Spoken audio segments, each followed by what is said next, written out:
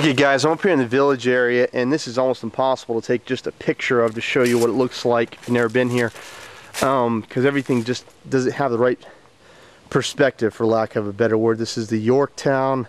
You just saw a picture of the ramp. This is the Mousetrap, which is nice because it has a roof on it. You can't see inside it as much, so we'd like to add roofing to a lot of these things. This is the one we call the Monster. It's got kind of teeth in the middle there, and we painted some eyes on it, and yeah, it's really fun stuff. We're probably going to add a back to this one, a little 4 by 8 foot section going about halfway up there, so you don't have to climb that ladder as much. You'll maybe have to step on maybe one step to get to that top level. So that's the plan there. Got a lot of these railroad ties. This is a really key fort. A lot of people don't like getting in here for whatever reason, but you're really protected on both sides. I mean, you've got these holes that someone can get you through, and our theory is never to make something completely impregnable. A lot of people want something they can essentially get in underneath and just have no way to get out of them for someone to just run straight up on them. And I've never been a fan of that. I like to make it a little bit harder on the defenders, where you got to use your brain a little bit. This is kind of neat where it weaves through here. We're thinking about putting up some more boards up there to go on with those. And what we're trying to do there is just create a little more of a SWAT-like situation where you've got to come and dig someone out of here.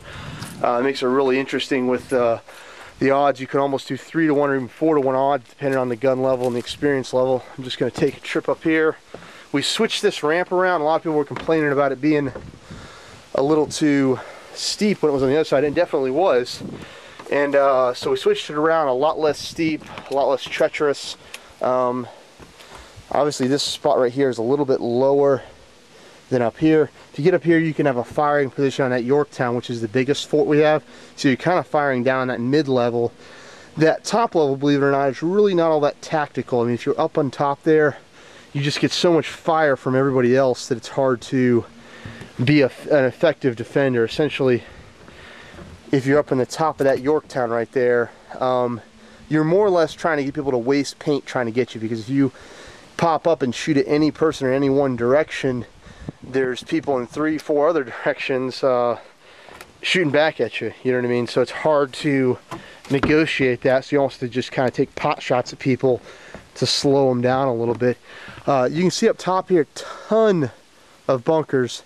Back this direction, on the other side of that netting, is the satellite field, which I was just at.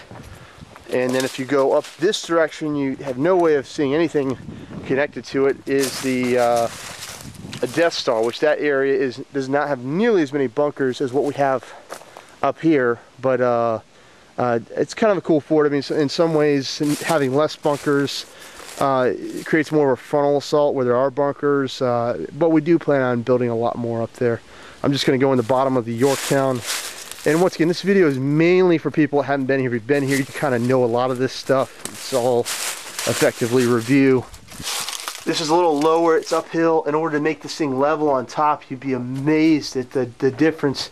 Down here at the bottom pillar, I can, 5'9", I can stand up with a little bit of head clearance. This is just neat. It creates more of a SWAT atmosphere. If you're standing outside, it's very difficult to see where someone's at. To shoot in here and to get anyone out, especially with how a paintball will drop. Very difficult to get someone out if they play it right in here.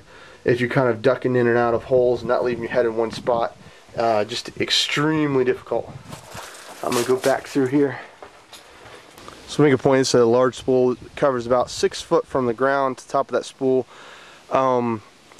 Not all that super attractive. I mean, it's not going to be painted this thing, just a bunch of logs here on the side, but effective. If you're right here and you're defending this uphill side, you can definitely have some cover fire and not be on your belly in a prone position, which the problem with being in a prone position is that if someone comes up and tries to blitz one or both sides of you, if there's 1 or 2 players attacking you, you're on your belly. It's a whole lot harder to swing one direction, swing back the other direction, and get both those people and have any accuracy. So if you can be on your knees in a squat position or standing up, it's a huge advantage in terms of defending. If someone tries to flank you, it's much easier to move and counter that flank. We've got a lot of these railroad ties. The railroad was getting rid of them, and we were able to pick ourselves up some of these old railroad ties. This one's a little bit lower than we'd like, but a lot of these railroad ties are real uneven. And if we got them much higher than this, it just felt like, you know, it wasn't real safe if we went any higher than that, but still a real good spot. This is not as high as we'd like. You're talking maybe about 3.5, 4 foot, but you can get in here and you can see that this is on the high side of the village. Very good spot to get in and lay down some cover fire while your friends advance. Gonna head up here. Some old tires. Not a real big fan of using tires. If I get any more, I'd like them to be a much bigger, like a tractor tire. Just don't like the environmental hazard. A spool rots, you know, and you got a couple pieces of metal that eventually rust away. Tires, you get enough of them, that's just a serious environmental hazard. Not opposed to having a few, or the ones we got, making use of them, but not looking to get a ton more. This is just a really neat fort. If you saw the video on the, I'm gonna go in here real quick. Saw the video on the satellite field. You kind of know that these rock forts are impossible to build. Three of us worked on this mainly. I think was Ashley and DJ spent the most time. And now, keep in mind, this is head level. I'm standing up here, and may not seem like that big of a deal, but this is all rocks. You know, 360 degrees. You can really only truly appreciate this if you help work on it. I mean, because it was unbelievably long and difficult to do that. And most people play here, it's probably just a second, you know, glance, you know, oh, that's cool, and move on. But just want to make the point that that's why you pay an entry fee. I mean, a lot of us up here are working real hard to make stuff happen, and we hope that, you know, when you come up here, that you're getting an experience a little beyond maybe what you might have at your home field. We try not to clip out all the prickers or all the little saplings, but we want to give people decent shooting lanes to where you're not just simply wasting a whole bucket of paint unloading on someone who's just in a bunch of briars. I don't think that that's just a paint waster, and for fields that do have field paint only, that might be more attractive. I've kind of always been the mindset of if we make it economical for you to play paintball, you don't feel like it's just a racket, you're more likely to come back to our field. And we're not trying to slam what other people are doing. Other pricing structures are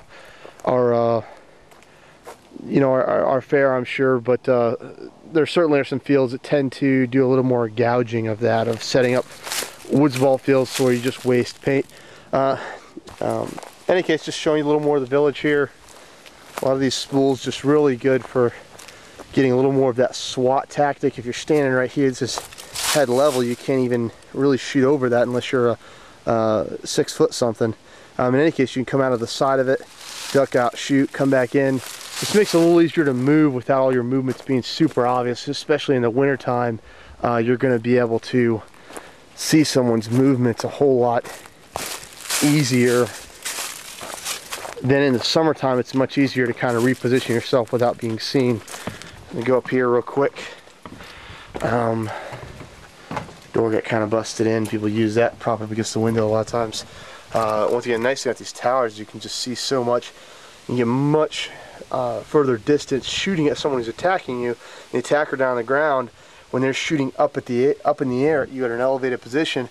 Paintball's traveling a lot slower, which makes your position just so much more effective, because when you're shooting at someone who's is not shooting a very fast paintball, it's less accurate. When it hits you, it doesn't break. And if you're shooting down them, you're getting a lot more velocity than they are, so you're much more likely to get a paintball to break on them. So that's the idea behind the towers. Just something you probably don't get in your backyard very often. We, of course, would like to build a whole lot more of them in the future. January 2009, workday.